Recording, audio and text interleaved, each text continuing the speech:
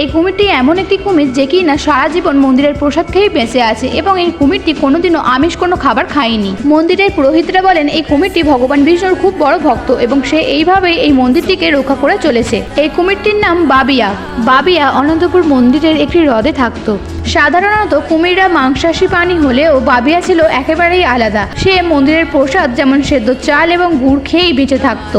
স্থানীয় লোকেরা বলে বাবিয়া কখনো মন্দিরের পুরোহিত বা দর্শনার্থীদের কখনো কোনোভাবেই আক্রমণ করেনি। মন্দিরের পুরোহিতদের মতে বাবিয়া ছিল ভগবানের দূত এবং মন্দিরের সুরক্ষার জন্যই সে সেখানে থাকতো। সে প্রতিদিন ভগবানের আরতির সময় মন্দিরের গর্ভ গিয়ে প্রবেশ করত। কিন্তু আপনি এটা শুনলে অবাক হবেন যে এই মন্দিরের হ্রদে যে বাবিয়া নামে কুমিরটি থাকতো সে মারা যাওয়ার পর আবারও কোথা থেকে কিভাবে এই হ্রদে আরো একটি কুমির এসে উপস্থিত হয় এবং সেও ঠিক একইভাবে মন্দিরকে রক্ষা করে চলেছে এবং মন্দিরের নিরামিষ প্রসাদ খেয়ে বেঁচে আছে। কিংবদন্তি অনুযায়ী এটি কোনো প্রাকৃতিক কুমির ছিল না, বরং ভগবানের অলৌকিক সৃষ্টি। এই বিষয়ে আপনাদের কি মতামত তা কমেন্টে জানাতে ভুলবেন না।